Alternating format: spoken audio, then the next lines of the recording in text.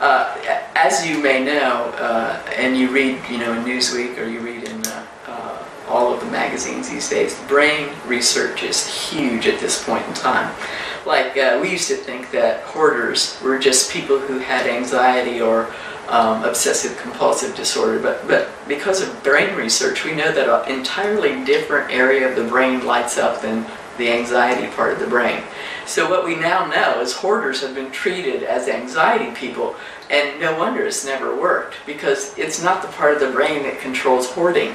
The problem is we don't know what to do with the part of the brain that controls hoarding, so brain research is really, really important, because you actually can learn to talk to the frontal lobe of the brain differently, and it can really then start a new neural pathway around trauma or around any symptom that you have that's withholding or inhibiting or actually stopping you from functioning well in life. And so if you have a therapist who knows brain research, and people who learn brain research certainly can learn it through Greg Braden, they can learn it through Joe Dispenza, they can learn it through lots and lots of big time researchers these days, like David Amen, who says, change your brain, change your life, is his book, and he's dead right about that. So my job as a therapist actually is to know that research and to be able to talk to your frontal lobe, to ask it questions like, well, how do you think that could happen?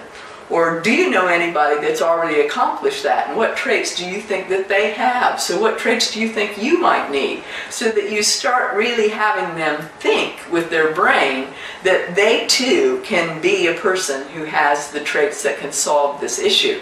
So they think how, they think who, they think traits, they think, well, what would I have to do? And how would I have to act? And if you do that for 21 days in a row, research would tell you that you have the start of a bud of a new neural pathway. All you have to do is envision, really, those who, how, what, and the action, and the traits, and talk to a person like that, as opposed to, let's ingrain this goddamn problem you have. Tell me about it for 9 more times, and tell me how bad it is. I actually don't let people tell me the story.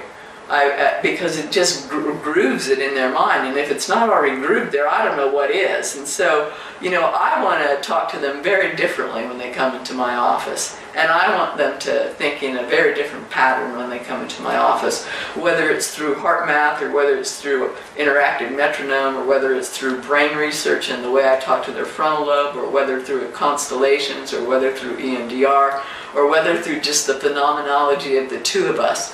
I really want them to start thinking and feeling differently and having different patterns in their lives and different options in their lives.